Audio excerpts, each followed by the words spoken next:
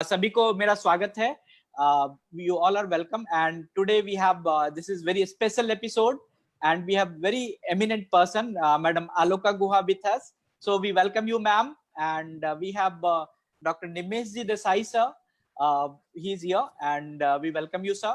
And with your permission, we start today's Mashwara session. So welcome to Mashwara 25.0 episode. This is a live consultation for person with intellectual and developmental disabilities during this coronavirus outbreak.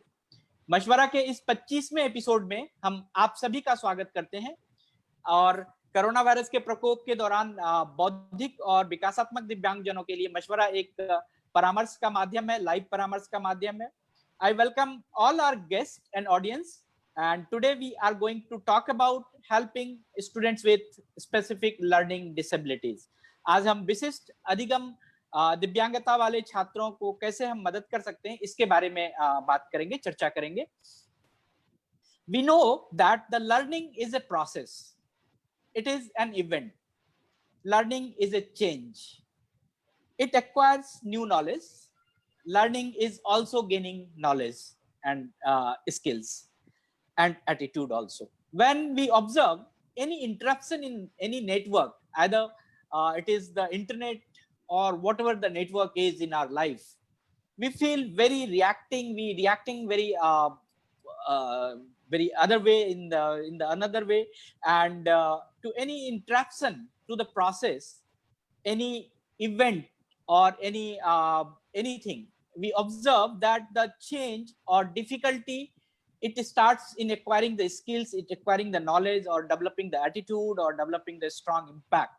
So this strong impact, if it is goes longer, and the longer period, such of interruption has a strong impact in psycho-educational, social and emotional development of any individual or some student, some children. हम जानते हैं कि सीखना एक प्रक्रिया है, सीखना एक घटना भी है, परिवर्तन भी एक सीखना है. हम नए कौशल और ज्ञान प्राप्त करके भी सीख सकते हैं. आजकल हम नेटवर्क में अगर देखते हैं कि किसी प्रकार की रुकावट पाते हैं, चाहे वो इंटरनेट का ही क्यों ना हो, हमारी प्रतिक्रिया बदल जाती है. इसी प्रकार कोई रुकावट, चाहे वह किसी घटना से हो या किसी परिवर्तन के कारण हो, अगर हम महसूस करते हैं तो उसका असर हमारे सीखने पर भी पड़ता है, चाहे वह कौशल सीखना हो, चाहे वो कोई या फिर किसी भी सूचना को विकसित करना हो या सूचना के बारे में जानना हो, उसे संग्रहित करना हो. हमारी प्रतिक्रिया में हमारी प्रतिक्रिया जो है वो कठिनाई से भरा होना शुरू हो जाता है. अगर यह रुकावट लंबे समय तक या किसी व्यक्ति या बच्चे के जीवन में ये थोड़े लंबे समय तक चल रहा हो, तो मनोवैज्ञानिक, शैक्षिक और सामाजिक और भावनात्मक विकास पर भी प्रभाव डालता है, जो ये नेटवर्क का जो प्रॉब्लम है. Today we are going to talk about the heterogeneous group of difficult learning condition which impact the processing, learning, spoken or written, that may manifest itself as a difficulty to comprehend, speak, read, spell or to do mathematical calculation, and include such condition named as perceptual disabilities, dyslexia, dysgraphia, dyscalculia, dyspraxia and developmental aphasia. Within this series of 21 disabilities under the Rights of Person with Disability Act 2016, this heterogeneous group of difficulties of learning condition is called specific learning disabilities. आज हम सीखने की कठिनाई में जो एक विषम परिस्थिति आ जाती है, उसके बारे में बात करने जा रहे हैं, जो हो सकता है कि वो भाषा बोलने, विज्ञान पढ़ने, लिखने, गणित, गणना के रूप में लगता है कि वो हमें कठिनाई पैदा कर रही है, प्रकट होता है. ऐसे अवधारणात्मक अक्षमता को हम डिस्लेक्सिया, डिस्ग्राफिया, डिस्कैल्कुलिया, डिस्प्रेक्सिया अन्य नामों से नामित करते हैं. दिव्यांगजनों के अधिकार अधिनियम 2016 के तहत 21 दिव्यांगताओं की श्रृंखला में ये जो कठिन सीखने की जो स्थिति है, इस विशिष्ट अधिगम दिव्यांगता, इसे विशिष्ट अधिगम दिव्यांगता कहा जाता है. The Mashwara 25.0 episode is bringing you an opportunity to talk on helping students with learning disabilities. मैं हमारे सभी मेहमानों का, दर्शकों का स्वागत करता हूं. खैर मकदम, आपले स्वागत आहे, वेलकम. मशवरा का यह 25वां अंक विशिष्ट अधिगम दिव्यांगता वाले छात्रों की मदद करने के लिए हमें आज मशवरा करने का अवसर प्रदान करता है। This mashwara consultation is through Zoom and Facebook Live for the person with intellectual disability or person with disabilities in their families, the caregivers, professionals during this coronavirus outbreak.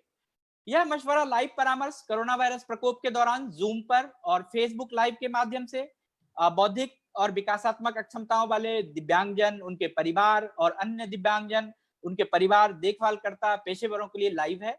मशवरा की हर श्रृंखला आप सभी के लिए है और आप सभी से मशवरा है। कृपया हम एक साथ मशवरा में जुड़े रहें। मशवरा series is for all, please circulate and join together. We are doing mashwara since 30th April. This is our 25th episode and we are reaching through the live medium, through the social media and all. And especially I would like to mention here today that we have issued 12,500 certificates of participation to our audience till date.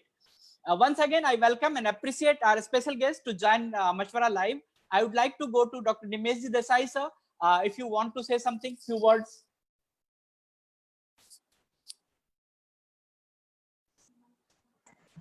Yeah. Aloka जी हैं क्या? जी जी जी, क्या बात है भाई। मेरी मुलाकात सिर्फ 1 या 2 बार हुई है, लेकिन मैंने इनके बारे में और इनके काम के बारे में बहुत सुना है। तो आलोका जी, मनोविकास की तरफ से और मेरी तरफ से बहुत बहुत स्वागत है। हमारे 2 खास मेहमानों का, डॉक्टर पूजा और गीत ओबेरॉय जी का।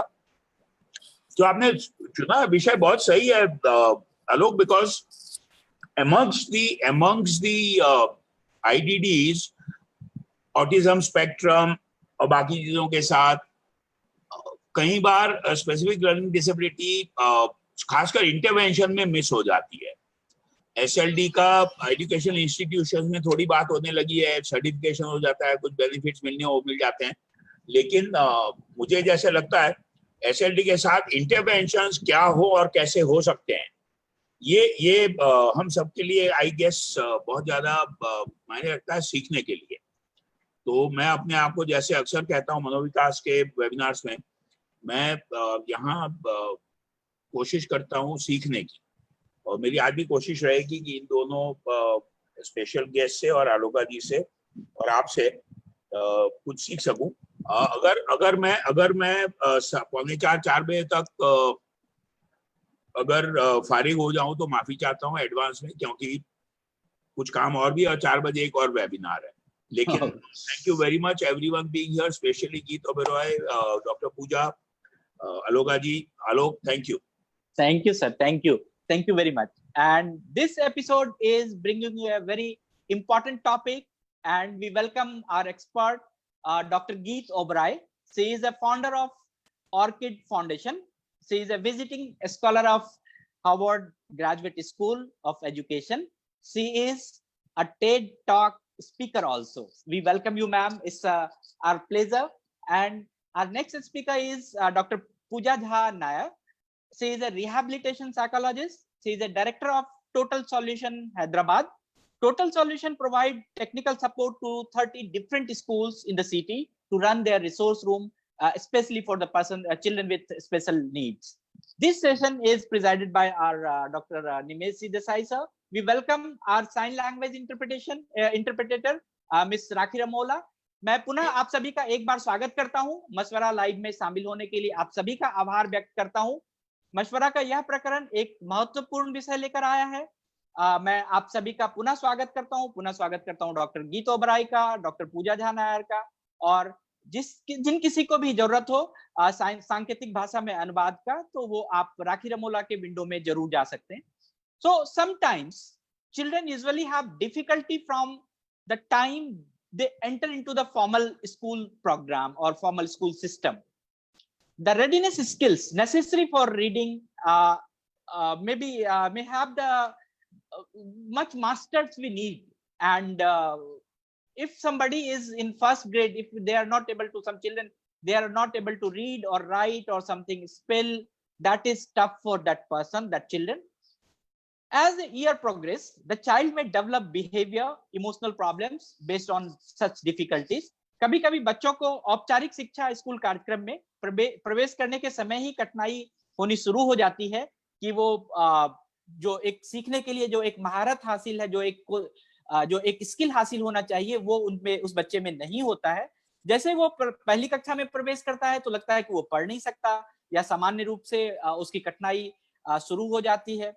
जैसे जैसे उम्र बढ़ता है, बच्चे में व्यवहार और भावनात्मक समस्या की भी घटना का आवृत्ति होना शुरू हो जाता है। So we'll go to the Dr. Geet Oberoi, ma'am. And what are the some possible indicators of specific learning disability related to ability of person to learn or write or study? किसी व्यक्ति के सीखने के लिए, लिखने के लिए या अध्ययन करने के लिए उसकी क्षमता से संबंधित क्या क्या इंडिकेटर्स होता है जिससे हम पहचान कर सकते हैं कि किसी बच्चे में या व्यक्ति में स्पेसिफिक लर्निंग डिफिकल्टी है? मैडम गीत ओबराय। नमस्कार एवरीवन। इट्स वेरी पर्टिनेंट, बहुत जो आपने क्वेश्चन पूछा है, जो सवाल आपने पूछा है वो बहुत टेलिंग है, इन द सेंस कि अगर इतनी भी इंफॉर्मेशन सारे स्पेशल एजुकेटर्स या रेगुलर जनरल टीचर्स को पता हो तो हमारे बच्चों को अर्ली इंटरवेंशन मिल सकती है। So something like specific learning disabilities को ज्यादातर हिडन डिसेबिलिटीज कहा जाता है, बिकॉज इसकी कोई फिजिकल मैनिफेस्टेशन नहीं होती है। जैसे आपके फॉर एग्जांपल सेरेब्रल पॉल्सी है या इवन ऑटिज्म है, जिसके अंदर फिजिकली बच्चे को देखकर पता चल जाता है कि कुछ प्रॉब्लम हो सकती है। वैसे a child who has specific learning disabilities will not have any physical manifestations as such. उनको देखने से आप नहीं बोल पाएंगे कि इस बच्चे को डिसलेक्सिया है या डिस्ग्राफिया है या डिस्कैल्कुलिया है and so on. So only by their academic performance, only by their skill performance or their skill profile क्या आप बता सकते हैं कि बच्चे में ये इश्यूज हैं। जैसे आलोक सर ने कहा है, learning disability, specific learning disabilities is a group of heterogeneous. Heterogeneous का मतलब होता है अलग अलग प्रकार की डिफिकल्टीज का ये एक ग्रुप है। तो सबसे कॉमन डिफिकल्टी इसमें है dyslexia, which is a difficulty in reading. ठीक है, रीडिंग के अंदर होता है। Dysgraphia is difficulty in writing. Dyscalculia, as the name says, is difficulty in math. Dyspraxia is difficulty in motor movement. एक और relatively newer addition है NVLD, which is called non-verbal learning disabilities, which is basically to do with social communication and organization.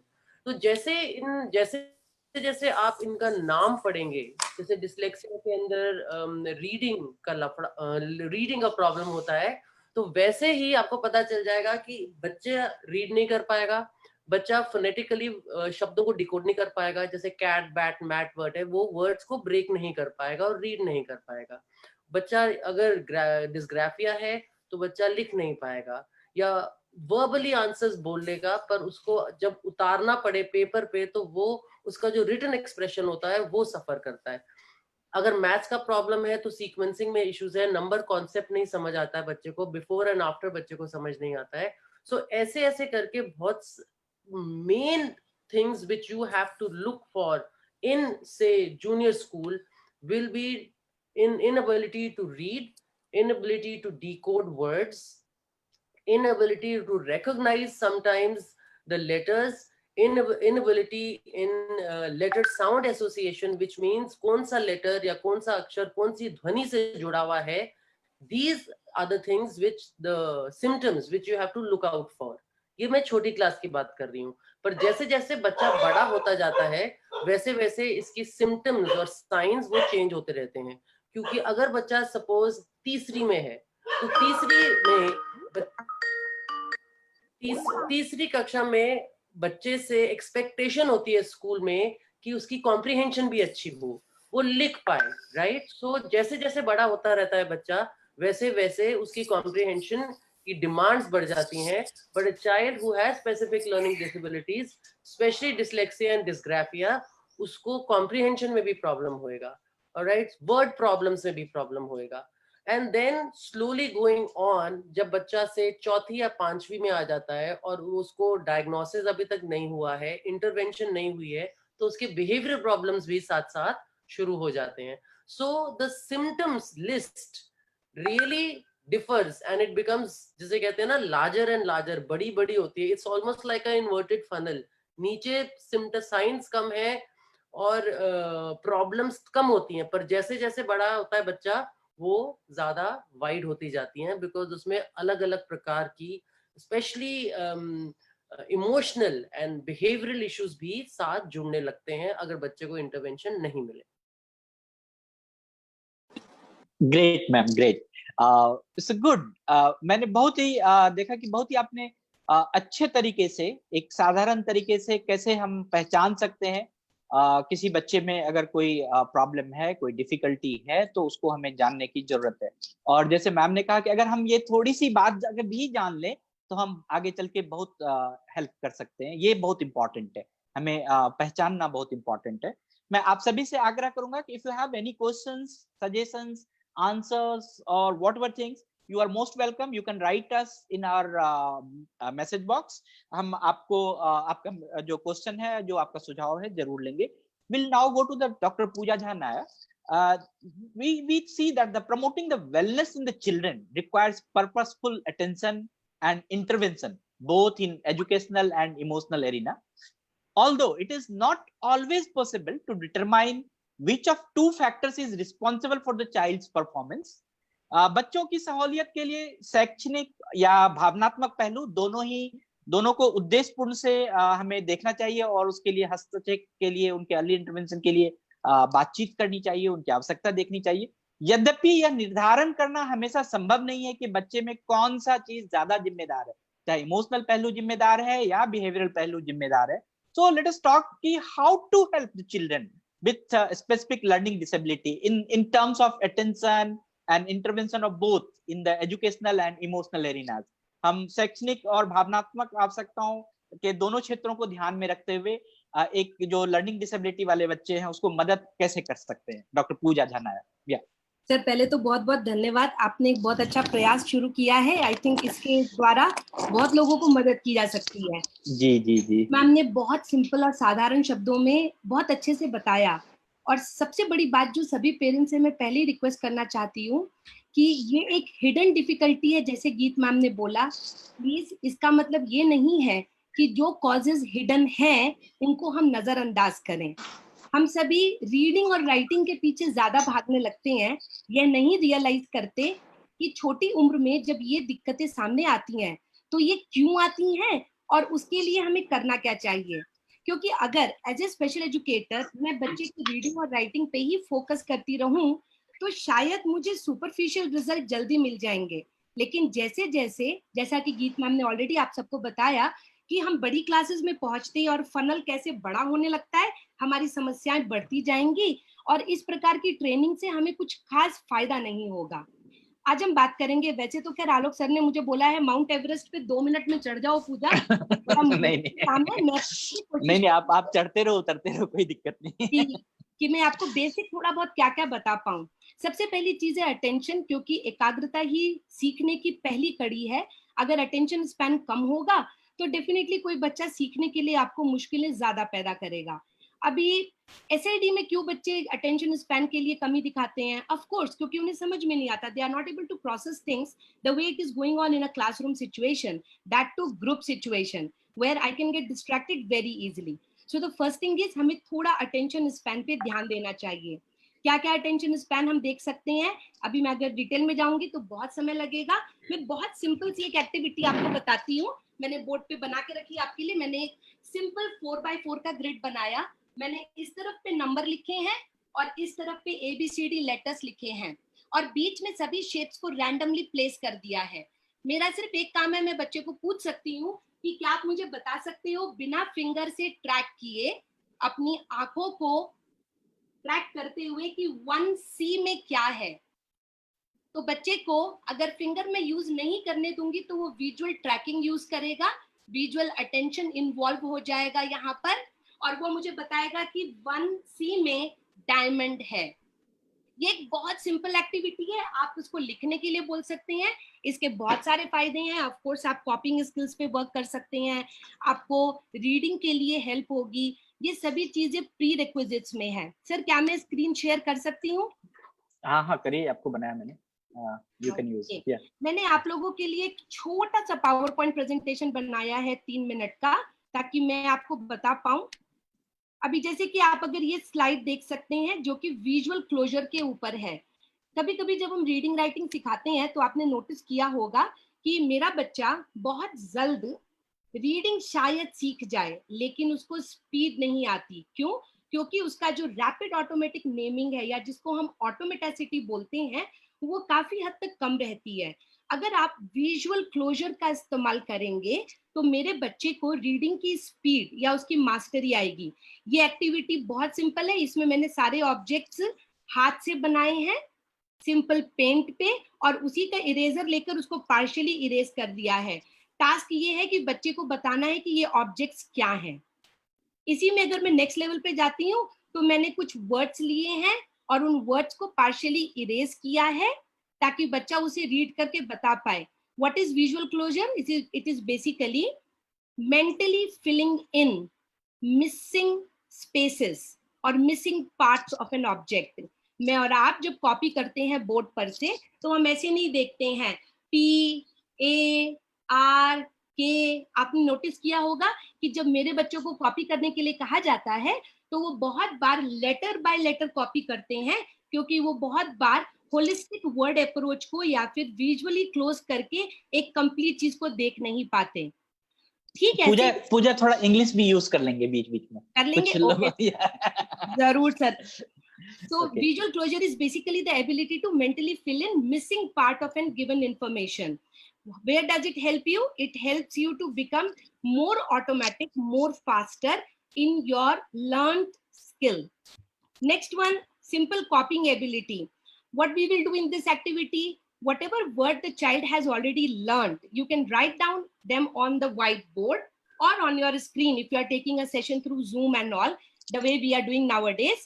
You can ask the child that you can look up at the screen, you can start copying.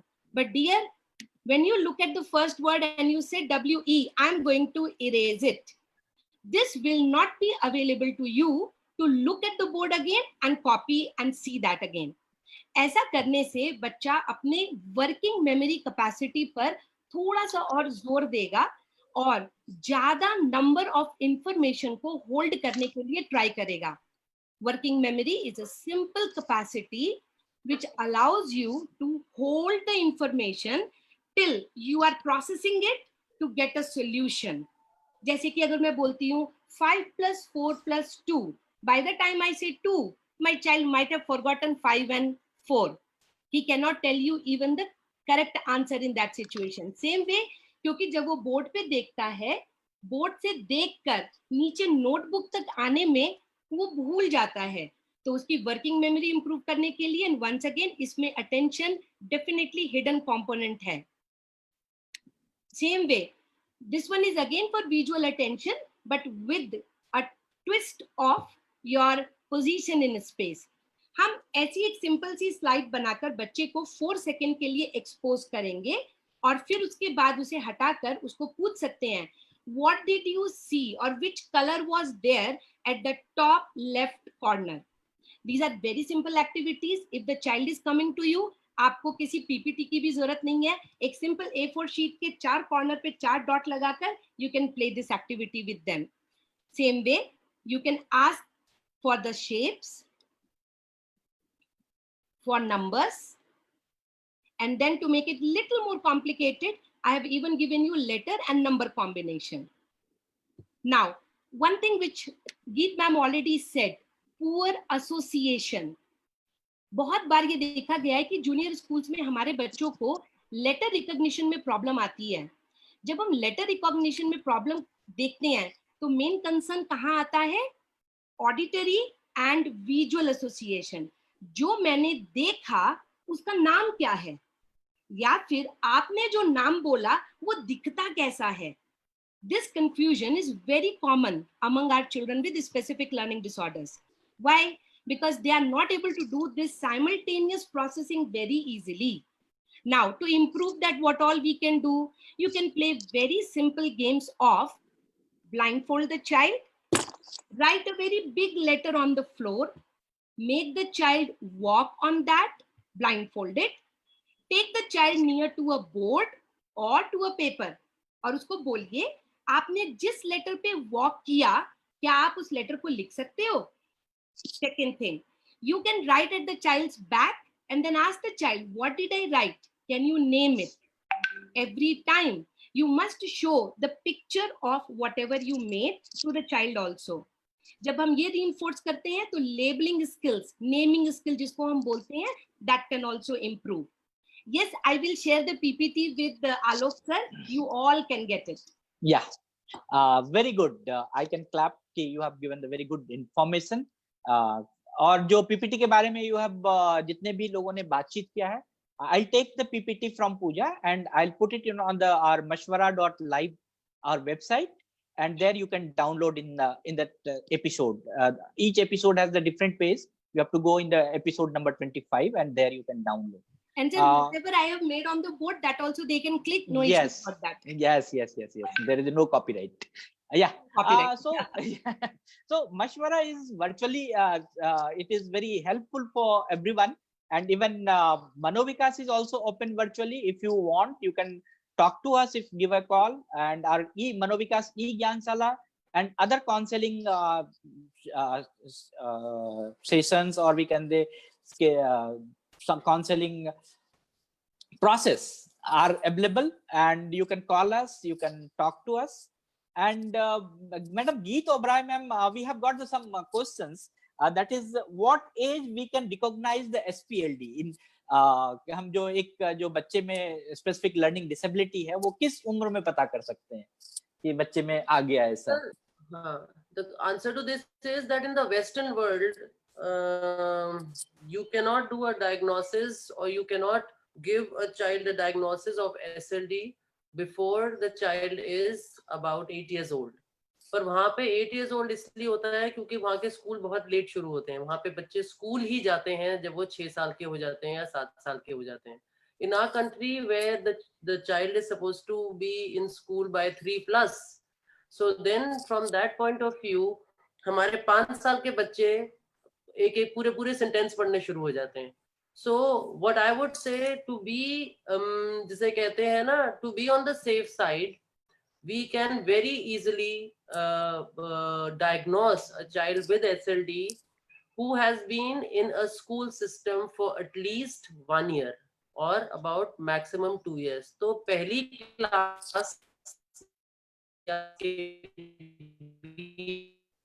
हमारे स्कूलों में, हमारे देश में बहुत आसानी से बच्चे को डायग्नोस किया जा सकता है. And I have justified why, क्योंकि हमारे बच्चे स्कूलिंग बहुत जल्दी शुरू कर देते हैं. एक केजी का बच्चा है, क्या वो उसका भी डायग्नोस, उसका वॉइस क्लियर नहीं है, तो क्या उस एक ने लिखा है कि एक केजी का एक बच्चा है जिसका voice is not clear, so what is that the SPLD और what? Sir, voice or speech has got not much to do with SLD, you know. So there the person will have to either go to a speech pathologist or a speech therapist. So voice agar hai problem, so it could be an associated problem, but certainly not SLD. Yeah, great. The more you know about the child's specific learning disability, the more you can do to help the child develop a deep understanding of your child's diagnosis as well as his or her strength. जितना आप अधिक बच्चे के विशिष्ट अधिगम दिव्यांगता के बारे में जानते हैं, उतना ही आप उसकी मदद कर सकते हैं. आप बच्चे की जो डायग्नोसिस है उसके साथ साथ उसकी क्षमता के बारे में भी आप एक अपनी गहरी समझ विकसित कर सकते हैं. मैडम गीत ओबराय, यदि एक बच्चे में विशिष्ट अधिगम दिव्यांगता का पता चलता है तो पेरेंट्स भी घबरा जाते हैं. अगर प्रोफेशनल्स उस नाम को नहीं सुना है या उस चीज को नहीं देखा है तो घबरा जाती है. टीचर क्लासरूम में पता नहीं उसका क्या रिएक्शन होता. So what to do if a child is diagnosed with specific learning disability, then first instance हमें क्या करना चाहिए? Sir, first instance, like you very correctly said, the parents are quite shaken. And the fact that it's a disability, however mild, you know, in the bigger picture, a disability has a label. So from that point of view, it's a hard truth to swallow, I would say. And it takes time for the parents to accept that unke bacche mein kuch difficulty hai ya kuch khami hai. Secondly, hamare ko karna kya chahiye?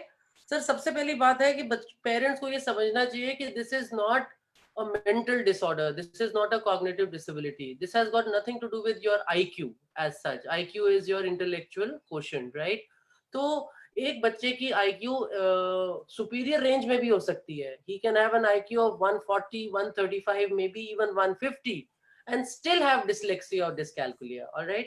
So to assume कि वो बच्चा पागल है या वो बच्चा बहुत डल है और वो बेवकूफ है, तो ये सब बातें या जो मिथ्स मैं कहती हूँ, इनको हमारे को अपने दिमाग से निकालना होगा. The problem is more skill oriented. It has got nothing to do with the cognitive ability of a child, right? तो पहली बात ये है कि हमारे को ये समझना होगा कि इसका मतलब क्या आता है. And secondly, ये अगर diagnosis हो चुका है, then it is very important to start working with the child on the gaps. So usually अगर dyslexia है तो reading and spelling are the biggest things one has to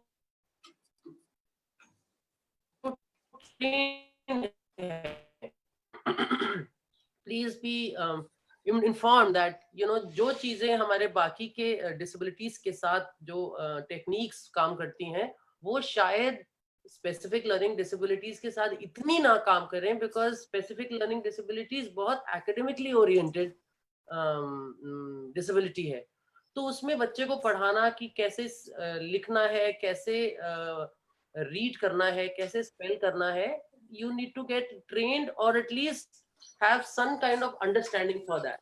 All right. So there is a very good question I would like to raise here. How if some child has this SPL specific learning disability and the child is living in economically backward family, or we can say in the community, so what to do, whether we have to associate कि वो अगर छोटे community में या economically weaker community में है तो इसीलिए वो पढ़ लिख नहीं सकता है, इसीलिए आगे नहीं बढ़ सकता है, तो हो सकता है उसको एलडी नहीं हो, क्या कैसे इसको डिफरेंशिएट करते हैं इकोनॉमिकली? और very correctly, we have to be very sure that the difficulties the child is facing is not due to deprivation in the environment, right? It is not due to non-enriched schooling or non-enriched environment, चाहे घर की हो या school की हो. So in that case, the only way out is formal assessment, right? आप बच्चे की जब तक formal assessment नहीं होगी तब तक ये हमें पता नहीं चलेगा कि ये अपने घर की environment के कारण ऐसा behave कर रहा है और ऐसा perform कर रहा है, या इसके अंदर अंदरूनी उसकी wiring ऐसी है, that he's made that way, that is the reason. तो उसके लिए हमारे को फॉर्मल डायग्नोसिस की जरूरत पड़ेगी. ग्रेट. बिना डायग्नोसिस का, बिना हमारे पास एक प्रॉपर सलाह का हम किसी को कोई लेबल नहीं लगा सकते, ये हमें समझना चाहिए. बहुत ही इंपॉर्टेंट है कि हमारे लिए प्रॉपरली हम उसके लिए उस बच्चे के लिए डायग्नोसिस का टूल्स और जो भी है वो उसे यूज करें. Will go to doctor Pooja Jha Nair. Specific learning disabilities are also called in different name, the learning disability, the academic skill disorder and so many. तो हमें जो ये सीखने की जो दिव्यांगता है, जो सीखने की जो ये प्रॉब्लम है, क्षमता है, उसके बारे में बताइए कि ये how tell about some common learning disabilities, कि हम कॉमन चीज अगर हमें पता चल जाए तो हम उसको पता करके then we can find out कि जैसे आपने बहुत अपने पिछले उसमें बताया कि हम छोटे छोटे कुछ पीपीटीज या कुछ उस तरह से पता कर सकते हैं, लेकिन एक पेरेंट्स या अगर जो उसका केयर टेकर है उसको भी थोड़ा सा उसके बारे में पता चल जाए तो वो अच्छे से इंटरवेंशन की तरफ बढ़ सकता है. सो डॉक्टर पूजा झा नायर, अगर आप बुरा ना माने तो ऑलरेडी गीत मैम ने ना बहुत अच्छे से एक्सप्लेन किया डिफिकल्टीज के बारे में. अगर आप मुझे आज्ञा दें तो मैं दूसरी चीज के बारे में बोलना चाहती हूँ. yes, please. देखिए, जैसे गीत मैम ने बहुत अच्छे से बताया आप सभी को कि स्पेसिफिक लर्निंग डिसऑर्डर में कैसे आपको स्पेलिंग रिलेटेड इशू आ सकते हैं, रीडिंग के रिलेटेड प्रॉब्लम आ सकते हैं, कैसे डायग्नोसिस हो सकता है. पर शायद मैं यहाँ पर I keep a very different point of view, because SLD as such, the true case of SLD is not so many.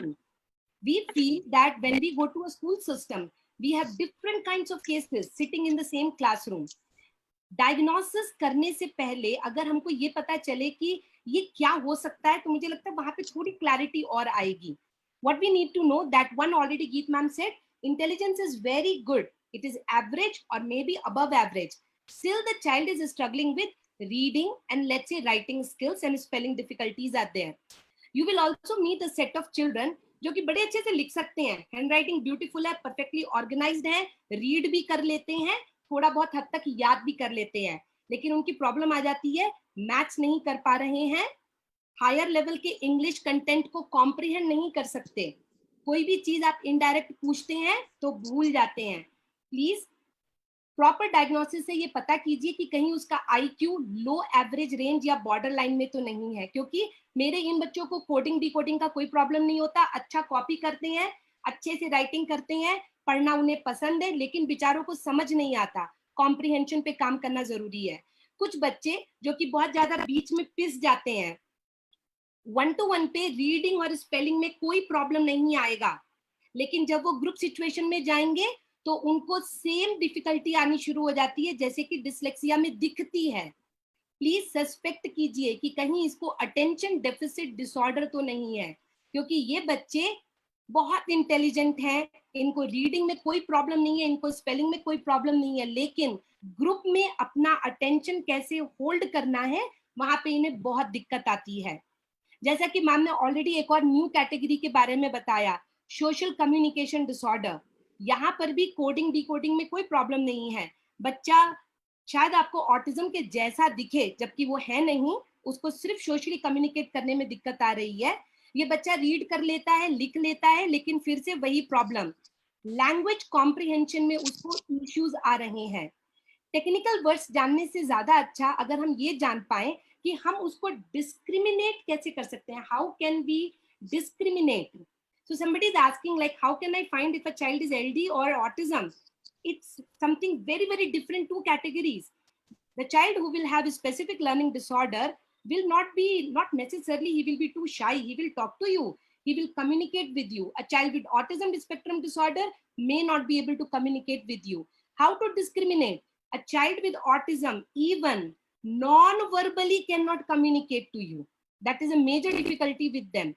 Otherwise, if the child is able to non-verbally let you know that what do they want, what they are feeling, that's more than enough then. So please, in learning difficulties, which is a very, very big term, learning difficulty can come because of ADHD, because of attention deficit disorder.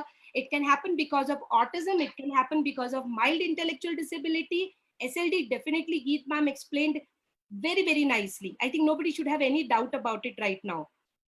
Borderline intelligence, this can also cause learning difficulty. Please, interventions are little different, but they are not so different that you cannot help in a general term. Pooja, can you please tell us something about how to integrate into the inclusive classroom, because you have the very good network in Hyderabad.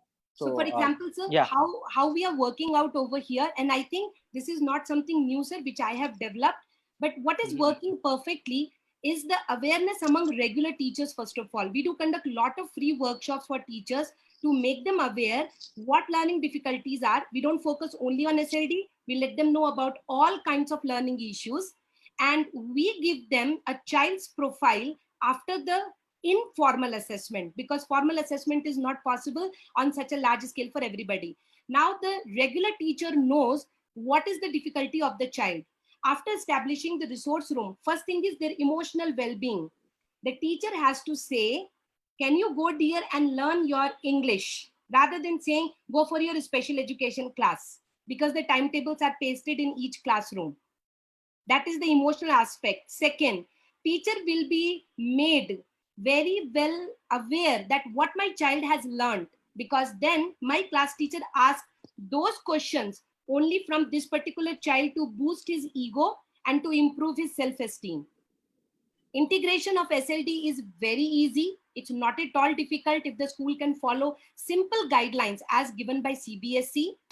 Okay, I'm not getting into that detail right now. Yes, when it comes to borderline intelligence, after grade 5, it is little difficult in the regular classroom because they are not able to do maths. Again, through CBSE, please approach and make possible if the math subject can be exempted. Other subject, through their rote memory, they are able to pass to some extent.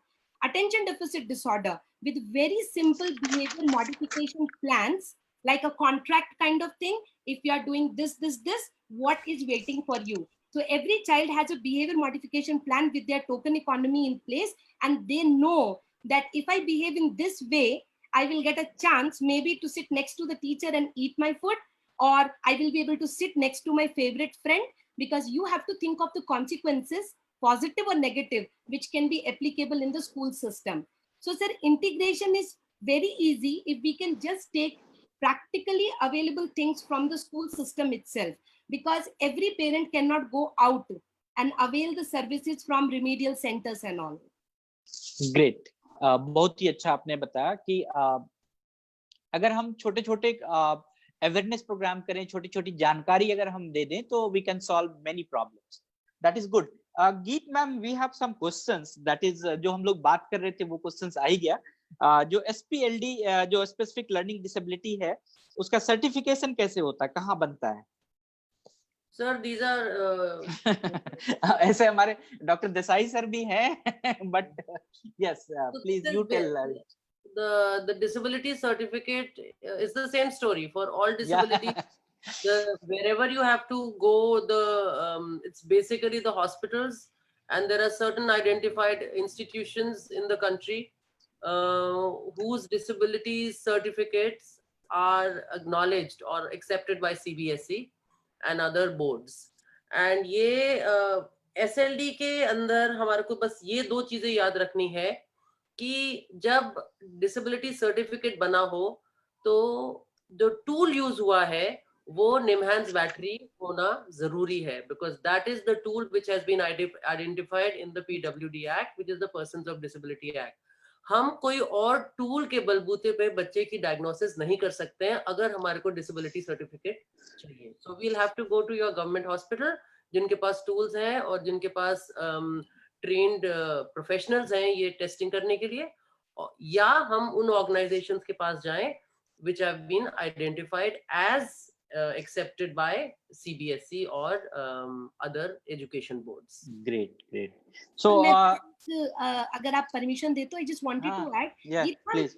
Somehow in Hyderabad, if suppose the psychologist is RCI certified, and they do the assessment, as ma'am already said, NIMHANS SLD index is really important. We have to administer that, and the proper IQ assessment should be done, plus school's letter, which the principal writes generally, and the request letter from the parent.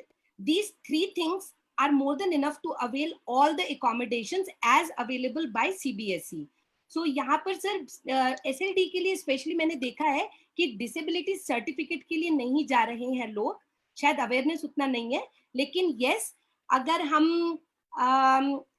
SSC school में जा रहे हैं, state board school में, then definitely there is a medical board which has to certify, same way as Geet ma'am explained. Great. I'm talking from a point of view of the Delhi, what is happening in Delhi. In the last 1.5-2 years, disability certificate has become a must. You cannot, avail any accommodations on the basis of just a psycho-educational assessment, which you would, and then it goes without. Ma'am's voice got disconnected. Without saying that, jaise aap keh rahi hai, ma'am, formats, there are about 3-4 which are annexed in the notification by CBSE. The letter from school, the letter from parents, so all that is part of the game. So it's all there. So it's no, वो तो है ही website पे दिया हुआ. पर सबसे ज़्यादा difficulty हमारे को disability certificate पे आ रही है, क्योंकि of all the hospitals in Delhi, बहुत गिने चुने हैं जो disability certificate SLD के लिए कर सकते हैं. जैसे RML है एक, आयभास है, और क्या कहते हैं एम्स भी कर देते हैं, सफ्दरजंग में मिल जाता है. Okay. तो doctor Desai sir, if you want to say something. Hello, there is just a couple of things.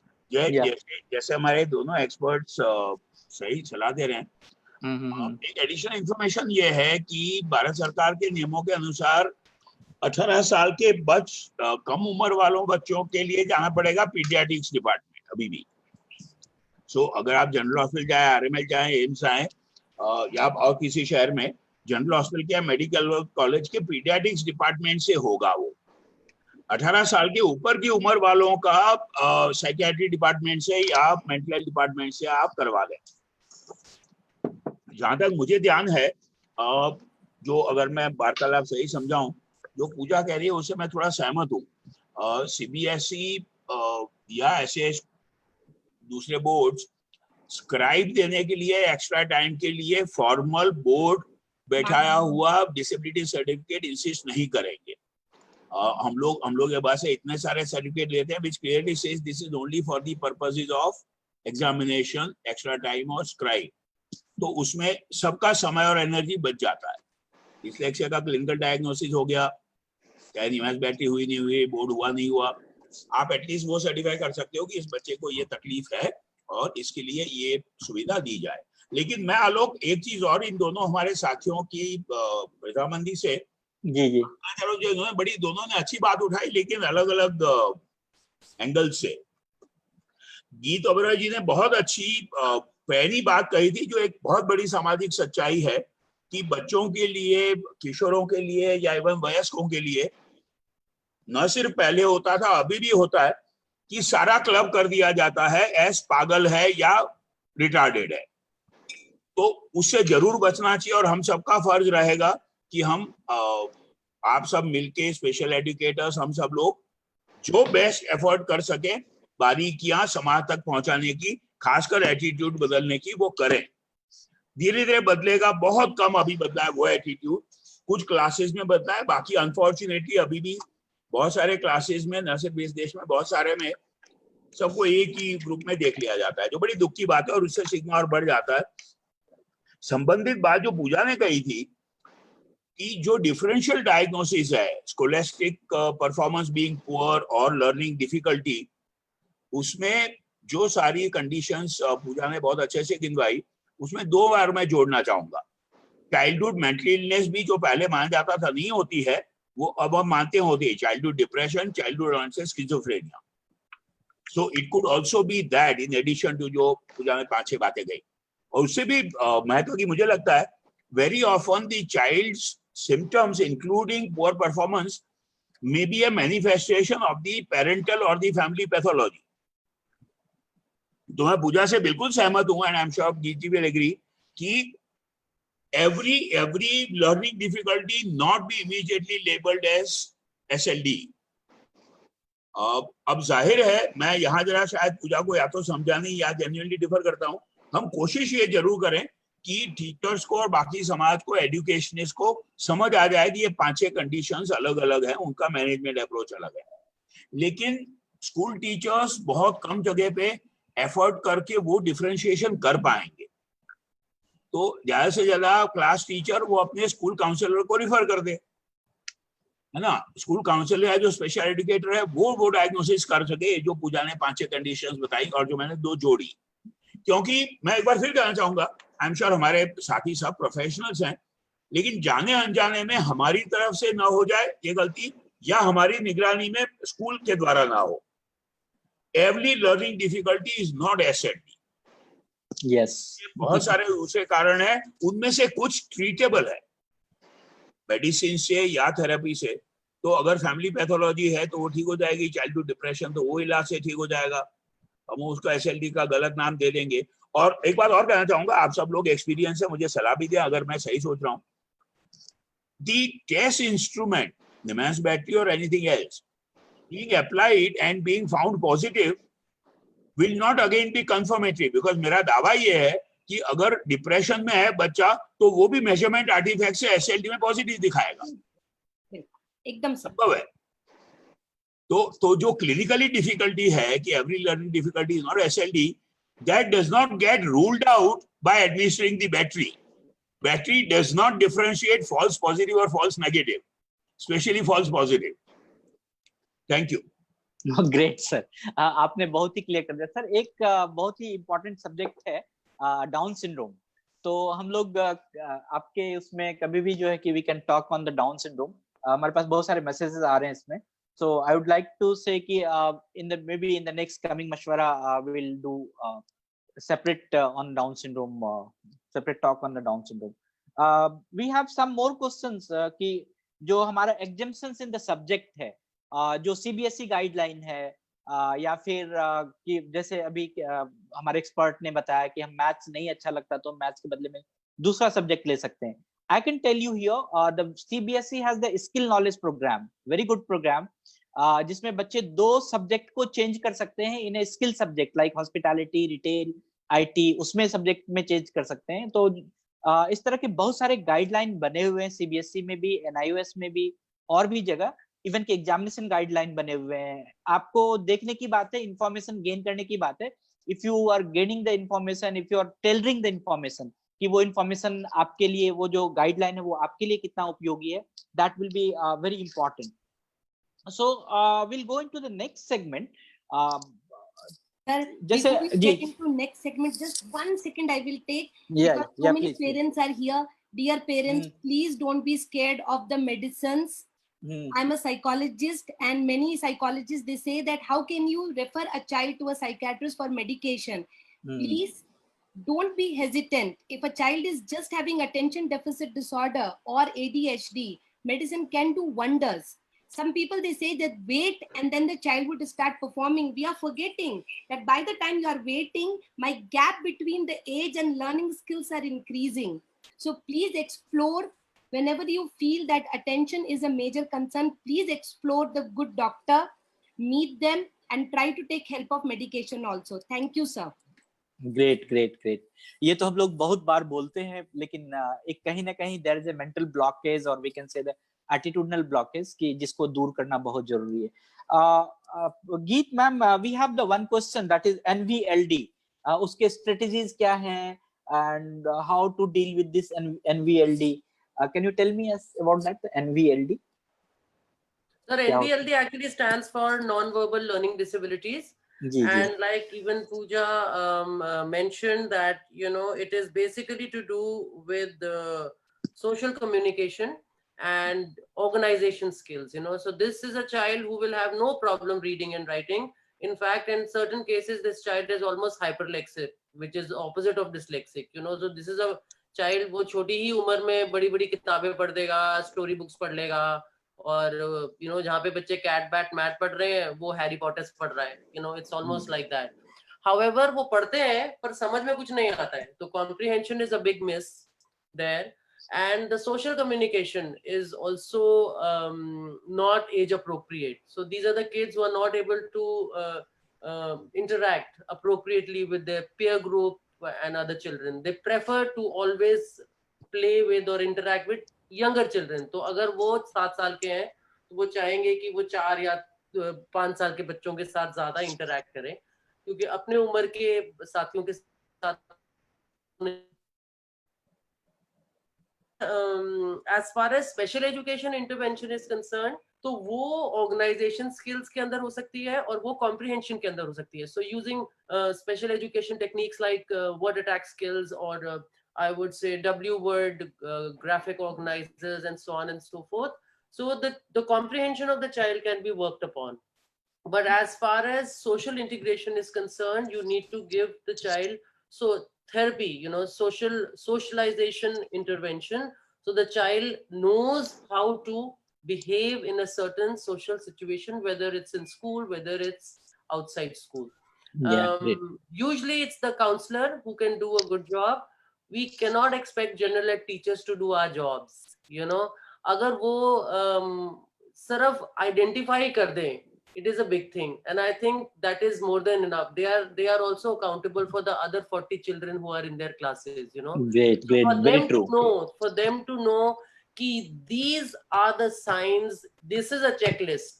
तो अगर आप उन सारे हमारे पूरे देश की टीचर्स को चेकलिस्ट दे दो ना, पर वो यही काम कर लें कि मेरे बच्चे में ये 4 चीजें मुझे नजर आ रही हैं, पूजा मैम हमारे को बताओ कि हम क्या करें, you know, it's like that. So that is enough. And as far as CBSE accommodations are concerned, it is extremely child friendly, you know. आप छोटी क्लास से, आप 5वीं क्लास से बच्चे को exemptions दे सकते हो, बच्चे को subjects change कर सकते हो, level of math change कर सकते हो. तो CBSE is one of the most accommodating systems I've seen. The responsibility of knowing कि क्या that is very important. वो तो आपकी और मेरी है ना, तो आप सालों को तो नहीं सिखा सकते ना, और पेरेंट्स की तो रिस्पॉन्सिबिलिटी नहीं है. So और ये सब information available है. I mean, if you were to go on the website, whether it's NIOS, whether it's CBSE, it is all available there. थोड़ी सी हिम्मत करके बटन तो दबा दें हम. जी जी. बोल लें. So you know, it is as simple as that. Yeah, So, very true.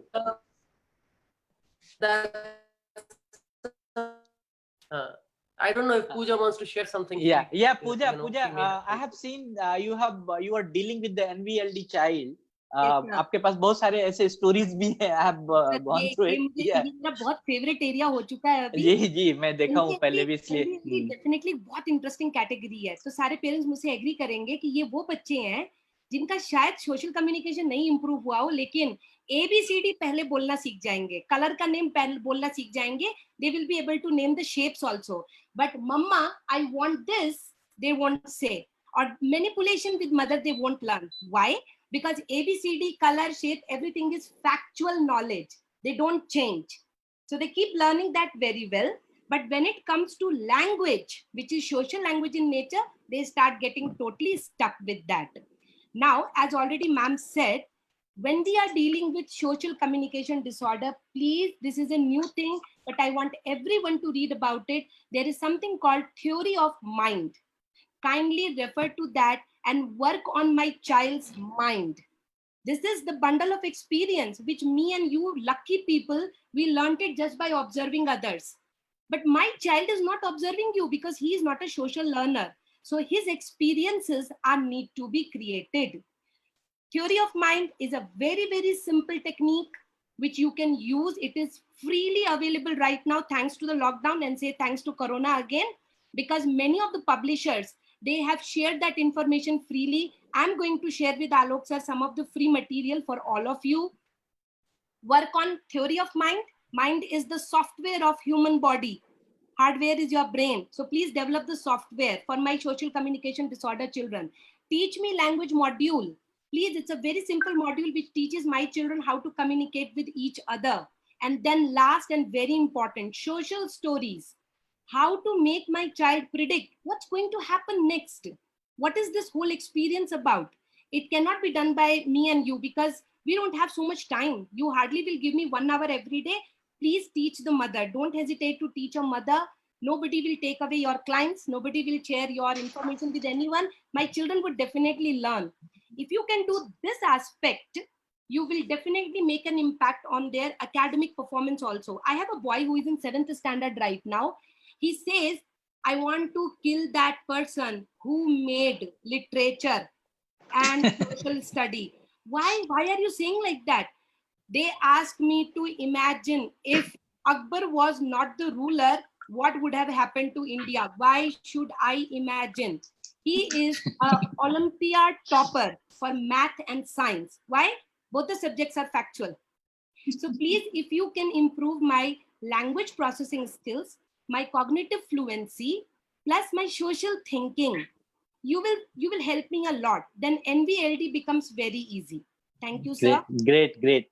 And recently we have had the one good case in Manovikas. एक छोटा सा बच्चा, पहली क्लास का बच्चा, और वो बहुत ही स्कूल में अपने क्लासरूम में ही was very naughty child. Then teacher said कि कुछ उसको प्रॉब्लम है तो आप वो कीजिए. Then the child came and we asked कि उसको धीरे धीरे जब 1-2 सेशन के बाद पूछा कि आखिर तुम ऐसा करते क्यों, तो वो कहे कि सर जब मैं क्लास में जाता हूँ तो ये टीचर जो है वो कहती है बैट को बॉल से मिलाओ, कप को सॉसर से मिलाओ, ये तो बुद्धू सा भी लोग कर लेगा, और वो हमसे पूछती है कि ये मिलाने के लिए. तो कभी कभी हमें बच्चे की भी बात समझनी चाहिए, कभी कभी हमें बच्चे की भी इंटरेस्ट को सामने रखना चाहिए कि वो क्या आखिर चाहता है. हो सकता है जो बात आप वो कह रहे हैं वो उसके लिए छोटा सा बात हो, वो उसके लिए छोटी बात हो, उसका magnitude is very less for him, the impact of that matter is very less for him. तो हम उसके हिसाब से बात करें. And very true. And I will go to Geet ma'am, in your take away message, जो हमें देखते हैं कि हमारे पास अब जो सीखने और सोचने के बीच का जो अंतर है वो उस पे अब हम लोग बात करना शुरू कर दिए हैं. तो कैसे इसको ठीक किया जा सकता है, सीखना और सोचना दोनों को कैसे ठीक किया जा सकता है? Can learning and thinking differences can be cured? ऐसा हो सकता है या नहीं? या look, let me tell you, if you are a dyslexic, if you're born dyslexic, you will die. I'm also dyslexic. तो मैं ये कह रही हूँ कि you cannot cure anybody of, you cannot become undyslexic. All right.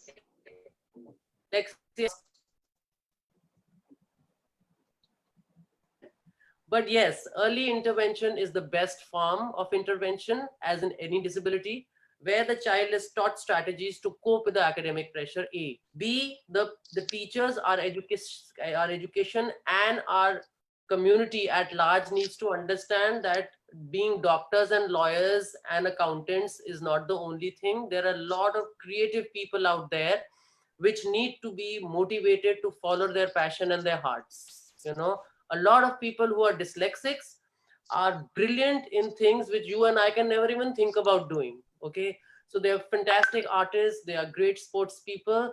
तो अगर सारे हमारे आइंस्टाइन बन जाएंगे तो हमारा सचिन तेंदुलकर कौन बनेगा और अमिताभ बच्चन कौन बनेगा? You know, so we have to let our kids follow their passion.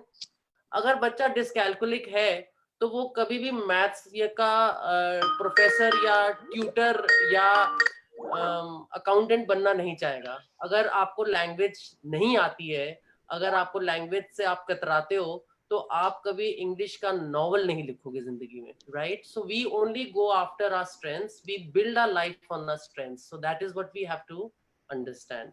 And lastly I just feel that बच्चे को खुश रहने दो यार, जान नहीं लेनी है. I mean, we have to just make sure that the kids are happy. If we are happy, we are motivated. If we are motivated, we will learn. You know, बस learn. You can learn. You can not. जैसे आपने कहा, learning cure कर सकते हैं. Learning हम बढ़ा सकते हैं, unlearn करवा सकते हैं और फिर relearn करवा सकते हैं. पर अगर आपके पास dyslexia का या dyscalculia का या कुछ भी अगर आपके पास वो है, तो आप उसको अपने तरफ से हटा नहीं सकते. Obviously manifestations will differ. तो my last thing would be कि I am a person who has dyscalculia and ADHD. I had a very bad time in school. You know, जब मैं स्कूल में थी तो तब ऐसे तो dyslexia नाम की चिड़िया भी नहीं थी. पर मैनेज कर लिया. Very bad time, flunking all exams in maths and all that. But the point is, if you just follow your heart, मेरी शक्ल पे नहीं लिखा है कि मुझे स्पेसिफिक लर्निंग डिसेबिलिटीज है, ना ही मेरे माथे पे लिखा है कि मैं ADHD हूँ. पर मैंने जो जिंदगी में करा है वो अपने स्ट्रेंथ के बलबूते पे किया है, जो सारे इंसानों को करना चाहिए, specially children who have some kind of disability. You know, that's all. If we believe in our children, they will perform. Great, very good. बहुत ही अच्छा आपने कहा. So well said. Yeah, well said. There is one question which all people from Hyderabad, they wanted to ask you, and I'm asking on their behalf. Now, because of Corona, people are not able to go to hospital and get the testings done for the certification. Is CBSE thinking something about it? Ma'am, on the 27th of June, there was a webinar by Anurag Tripathi ji, who is the secretary of CBSE. Or one of the points mentioned were that online assessment or online evaluation will be started. Now the biggest I would say lacuna in this thing is कि NIMHANS battery की कोई online version नहीं है. So we have written, it'll be very nice if you can also write कि उसके अलावा हम कुछ नहीं है. You know, RPM and all for your assess IQ, but you cannot do without NIMHANS. So if that is done, then yes, then online is good. He's already said online evaluation will be allowed. So, you know, at least that's one good point.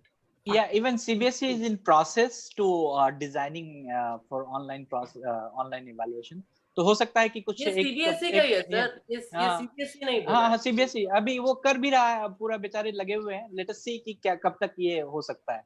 बेचारे we can say अभी तो बहुत ही स्थिति pathetic है. Even कि NIOS में भी बहुत सारे पेरेंट्स लगे हुए हैं कि हमारे बच्चे का क्या होगा. इवन CBSE में लगे हुए हैं. तो they are doing it. They are very much hard worker and then they will do it. What we can say कि जो student with learning disability है, they have the variety of difficulty in schools and In order for many students with learning disabilities be successful in school, the assistive technology, the device, are very much useful to accommodate the student with learning disability in their learning. So जो भी हमारे विशिष्ट अधिगम दिव्यांगता वाले छात्र हैं, उसको स्कूल में बहुत सारी कठिनाई होती है, घर में भी कठिनाई होती है, पढ़ने में भी कठिनाई होती है, लेकिन अगर हम देखें कि सीखने को समायोजित करना है, सीखने को सही तरीके से करना है, जो टेक्नोलॉजी है या जो उपकरण है वो बहुत ही इम्पोर्टेंट रोल प्ले करता है। अगर मैं बात करूं तो रीडिंग में जो स्पीच सॉफ्टवेयर है, टेक्स्ट टू स्पीच सॉफ्टवेयर है, वो भी बहुत इंपॉर्टेंट है। OCR सॉफ्टवेयर है, वो बहुत इंपॉर्टेंट है। स्क्रीन रीडिंग सॉफ्टवेयर है, ऑडियो बुक्स है, लिखने के लिए जो पोर्टेबल वर्ड प्रोसेसर है, ऑडिटरी वर्ड प्रोसेसिंग सॉफ्टवेयर है, वर्ड प्रिडिक्शन प्रोग्राम्स है, ग्राफिकल वर्ड प्रोसेसर्स है, बहुत सारे ये सब चीज बहुत फ्री में है। इवन कि if you go to the Microsoft Word में या जो MS ऑफिस सिस्टम है, इसमें बहुत सारे प्रोग्राम्स इनबिल्ट हैं। तो हमें जानने की जरूरत है कि कौन सी टेक्नोलॉजी कहाँ पर अवेलेबल है। इवन की स्क्रीन कीबोर्ड्स है, वो बहुत हेल्पफुल है हमारे SPLD वाले बच्चों के लिए, लर्नर्स के लिए। जो वॉइस रिकॉग्निशन सॉफ्टवेयर है, that is very important. Online writing support is available. there are so many things, so many software things are available. तो इवन की गणित में भी अवेलेबल है, सोशल साइंस में भी अवेलेबल है। तो in short Pooja ji, what you will say, suggest some assistive technology to our student with specific learning disability? कोई है तकनीकी जो कि कारगर होता है, कुछ आपने यूज किया हो? आपने ऑलरेडी सभी के नाम ले लिए एक्चुअली। सर मैं कोई भी असिस्टिव टेक्नोलॉजी नहीं यूज करती, क्योंकि गवर्नमेंट स्कूल जहाँ पे बच्चे के पास में ना माँ बाप के पास स्मार्टफोन तक नहीं है, मैं कहाँ से सर उनको असिस्टिव टेक्नोलॉजी बताऊंगी। लेकिन अभी जैसे आजकल फिलहाल सब कुछ ऑनलाइन चल रहा है, we are trying to use very simple things which you already said, available in Microsoft Word, available in PowerPoint presentation, and we are making children more and more learning with those assistive technology. But as such, I don't use word processor, or I have not even allowed, because I really want children should use the screen more for less time. ठीक है, अच्छी बात है, सोच अच्छी है कि हम टेक्नोलॉजी को कितना अपने जीवन में उस पे निर्भर है या कितना हम सेल्फ निर्भर है, ये समझना बहुत ही इम्पोर्टेंट है। But yes, there are so many things available. अभी आज अगर लॉकडाउन के पीरियड में देख, yes ma'am, you want to say something? या please. No, I just want to add to this that जो आपने बोला, you basically covered most of them, you know, as far as the tools available. So, but that's great if the special educators can use. But the problem again comes in Pooja's case, it was government school and having access to them. In Delhi, the point is that the school will not allow the child to use say a laptop in the classroom. They will not allow the child to use the calculator. Do you understand? मैं बच्चे को सिखा तो दूं, समझा तो दूं, पर जब evaluation का टाइम आएगा, एग्जाम का टाइम आएगा, आप मना कर दोगे, तो फिर how does it work? So that there, you know. So she very rightly is saying, I also use bare minimum assistive technology, you know, the tools, because they are not allowed to use it in regular life in school. तो सिर्फ अब मेरे सामने बैठ के use करना है तो फायदा नहीं है ना, जब उनकी अपनी निजी जिंदगी में वो इस्तेमाल नहीं कर सकेंगे। But do you feel कि अगर हम टेक्नोलॉजी यूज करते हैं तो उसकी जिंदगी आसान हो सकती है? 100%. Now if a child who's has a graphomotor dysfunction, writing problem, he is keyboarding beautifully, you know. तो फिर तो जब हमारे को मतलब क्या है, हमारे को ये देखना है ना कि उसके दिमाग में वो इंफॉर्मेशन या नॉलेज है कि नहीं, बस वो चाहे लिख के दे या कीबोर्ड करके दे हमारे को। Very true. मैं आप सभी से आग्रह करूंगा कि यू ऑल कैन राइट अस मशवरा mashvara@manovikas.family।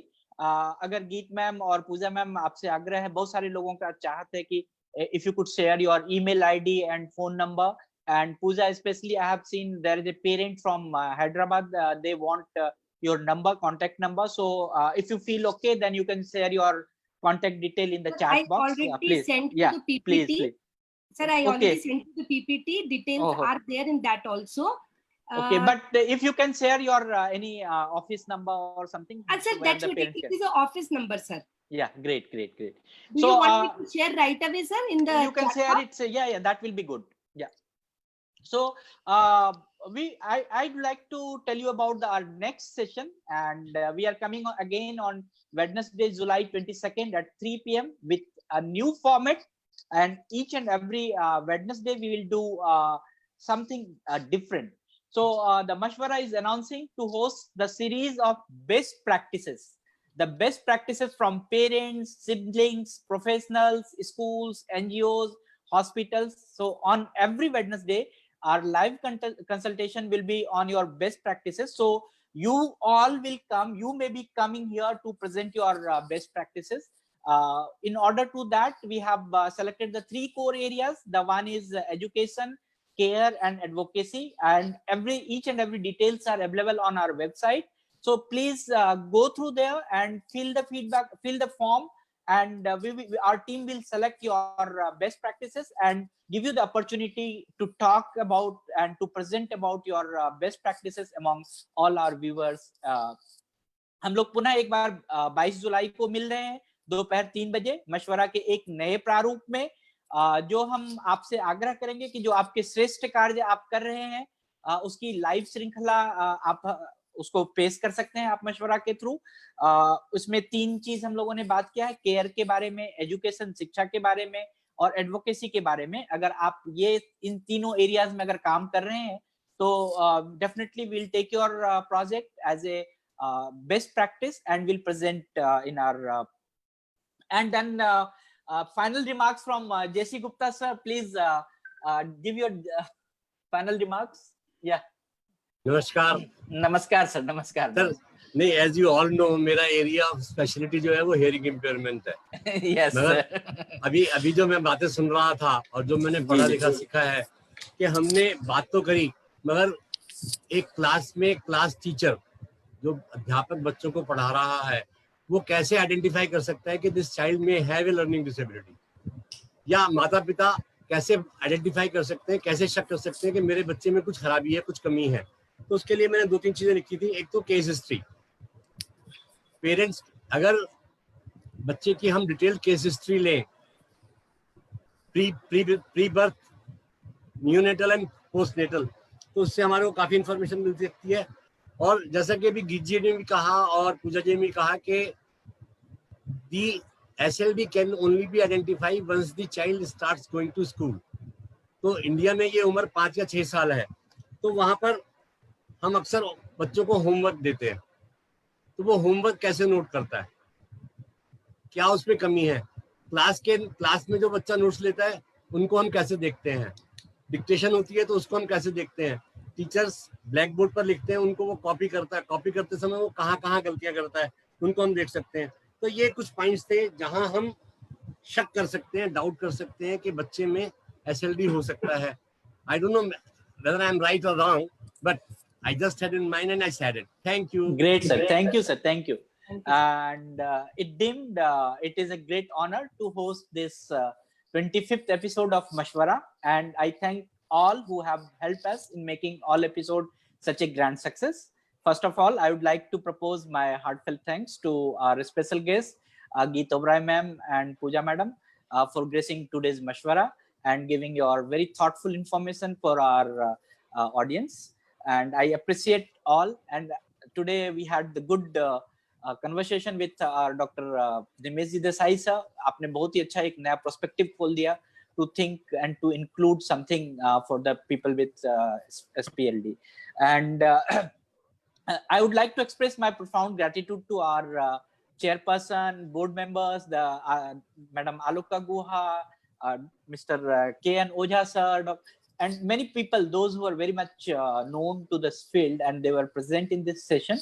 So thank you all for your presence in Mashwara. I'm happy to express my thanks to all staff members who have made this episode successful.